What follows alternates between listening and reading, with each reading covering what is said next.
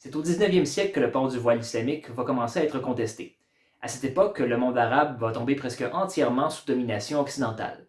On a le Maroc, l'Algérie, la Tunisie, la Syrie, qui vont faire partie de l'Empire français, et on a l'Égypte, la Palestine, le Yémen, la Jordanie, Oman et plusieurs émirats arabes qui vont passer sous l'influence britannique.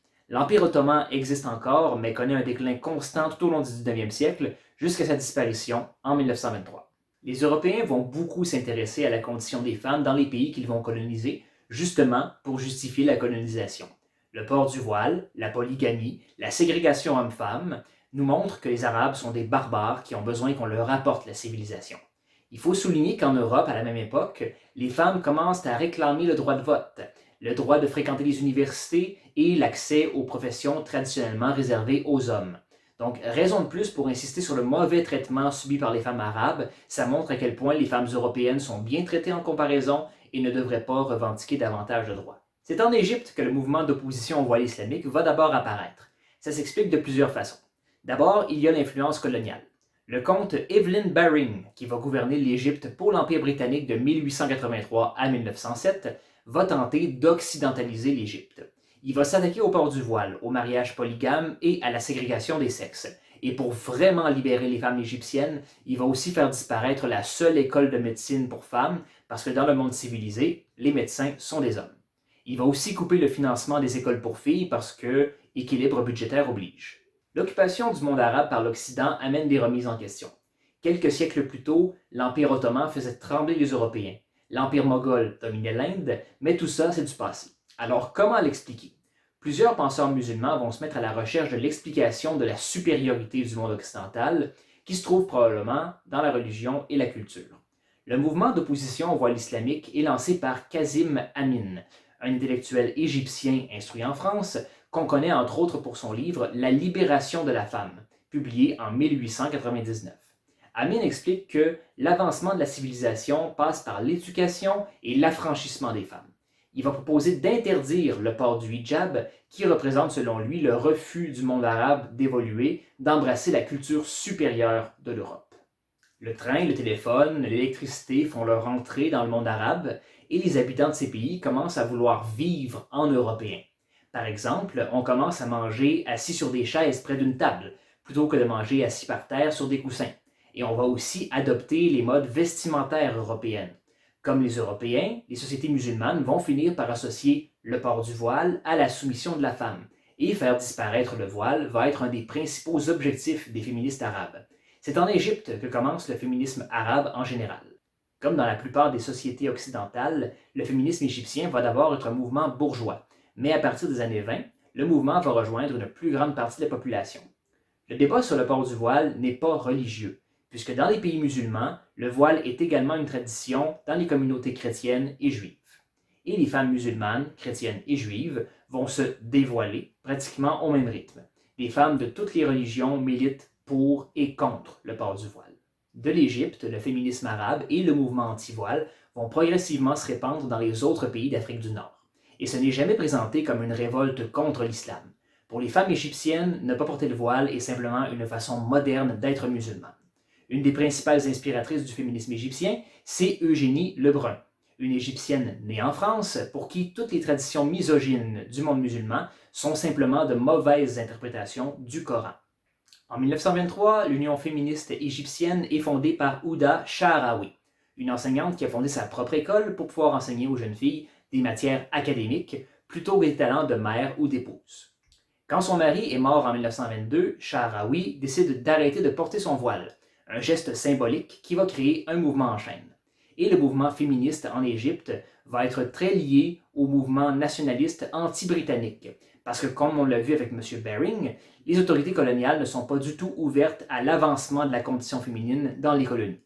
Ajoutons à ça le tourisme sexuel des soldats britanniques stationnés en Égypte. Et donc, l'émancipation de la femme, la libération de la femme deviennent synonymes d'émancipation nationale. L'indépendance du monde arabe est présentée comme la promesse d'un monde meilleur pour les hommes comme pour les femmes. Et cette promesse va commencer à se réaliser avec le président Gamal Abdel Nasser, qui arrive au pouvoir en 1956, 8 ans après la révolution de 1948, qui a vu disparaître la monarchie égyptienne et l'influence britannique. Le gouvernement de Nasser est féministe. Il fait la promotion de l'égalité homme-femme au niveau des salaires, de l'éducation, du travail et oui, il va s'attaquer au port du voile. Il ne va pas l'interdire, mais il va le décourager. En 1962, on voit arriver les premières femmes égyptiennes dans les hautes sphères gouvernementales et ces femmes sont toutes non voilées. La plupart des femmes égyptiennes nées au début du 20e siècle n'auront jamais à abandonner le port du voile puisqu'elles ne l'ont jamais adopté. En 1950, le voile a pratiquement disparu de la société égyptienne et les femmes qui le portent encore l'adaptent aux modes européennes, une façon pour elles de suivre la mode occidentale tout en respectant les prescriptions religieuses. Chaque société va voir le voile disparaître à un rythme différent. Dans les pays du Maghreb, le Maroc, l'Algérie, la Tunisie, c'est surtout après l'indépendance nationale que le voile va disparaître, parce que l'indépendance va être synonyme de renouveau social. En Tunisie, par exemple, l'indépendance ne va pas seulement être un mouvement de libération envers l'Empire français, mais aussi une révolution. C'est l'abolition de la monarchie et l'avènement de la République. Et qui dit révolution dit changement en profondeur. Le premier président, Habib Bourguiba, va promulguer le Code du statut personnel en 1956, qui va considérablement changer le statut de la femme en Tunisie. Le Code va interdire la polygamie, exiger un âge minimum et le consentement libre de la femme pour qu'un mariage soit légal et permettre aux femmes de demander le divorce. Dans les années qui vont suivre, les femmes vont obtenir le droit de vote ainsi que le droit à l'avortement libre et à la contraception. Et le port du voile va être interdit dans les écoles.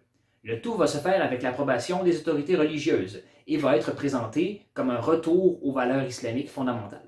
Bourguiba va même justifier ses réformes avec des passages du Coran.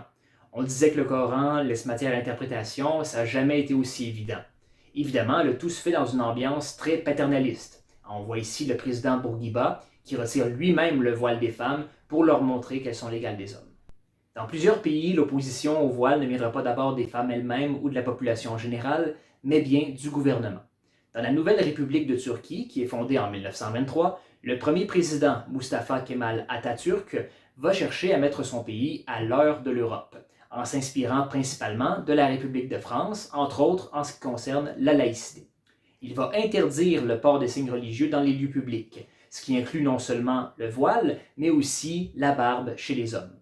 L'interdiction du voile va être acceptée assez facilement, étant donné que la Turquie des années 20 est encore une société rurale et les femmes de la campagne ne portent pas le voile. Contrairement à d'autres opposants au voile, comme Baring en Égypte, Atatürk va vraiment chercher à améliorer la condition des femmes dans son pays.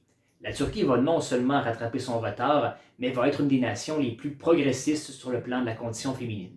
Les femmes turques vont obtenir le droit de vote en 1934 et les Turcs vont élire 18 femmes députées aux élections suivantes en 1935. Et dès 1930, on va voir les premières femmes turques être nommées juges. Sur ce plan, la Turquie des années 30 est bien en avant des nations occidentales.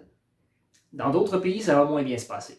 En Iran, comme en Égypte, on va voir un mouvement culturel s'opposer au voile et réclamer l'adoption des modes européennes comme un moyen de moderniser le pays. Le Shah d'Iran, Reza Shah Pahlavi, va s'inspirer des lois d'Atatürk et lui va aller encore plus loin. Il va interdire le port des vêtements traditionnels iraniens et va mettre en place des lois pour obliger les Iraniens à s'habiller à la mode européenne, à partir de 1929. Le voile ne sera pas interdit immédiatement parce qu'en Iran, il va vraiment y avoir une opposition. On va d'abord mettre en place une campagne de propagande qui va être dirigée par la fille du Shah, Shams Pahlavi, qui va présenter le retrait du voile comme l'entrée de l'Iran dans le monde moderne. Shams Pahlavi va créer la Société des femmes iraniennes libres pour encourager les femmes à retirer leur tchador. Et finalement, en 1936, le Shah va interdire toute forme de foulard islamique. Et contrairement à la Turquie, ça va se faire dans la violence. L'Iran est une société beaucoup plus conservatrice sur le plan religieux et on ne fait pas des changements aussi drastiques aussi rapidement. Les policiers avaient l'ordre de retirer les voiles de force s'il le fallait et ils étaient autorisés à battre les femmes qui refusaient d'obéir. Et comme les femmes vont désobéir à la loi en grand nombre, voir des femmes se faire agresser par les policiers dans les rues faisait un peu partie du quotidien. Les chefs religieux qui vont s'opposer aux lois anti-voile vont être forcés de quitter le pays. Après la mort du Shah, les lois anti-voile vont être appliquées avec beaucoup moins de force et les femmes qui avaient été forcées d'abandonner le port du tchador vont recommencer à le porter. Cela dit, le voile reste beaucoup moins présent qu'il l'était au début du siècle. Dans les années 60, le voile islamique a pratiquement disparu dans une grande partie du monde arabo-musulman. La principale exception étant les pays de la péninsule arabe, généralement plus conservateurs. Ce sont des pays qui sont demeurés des monarchies. Pourtant, dans les années 70, le voile islamique va commencer à faire son retour. Alors pourquoi est-ce qu'on assiste à ce retour du balancier? Pourquoi est-ce que des femmes commencent à porter le voile alors que même leur mère ne l'a jamais porté? C'est ce qu'on verra la prochaine fois.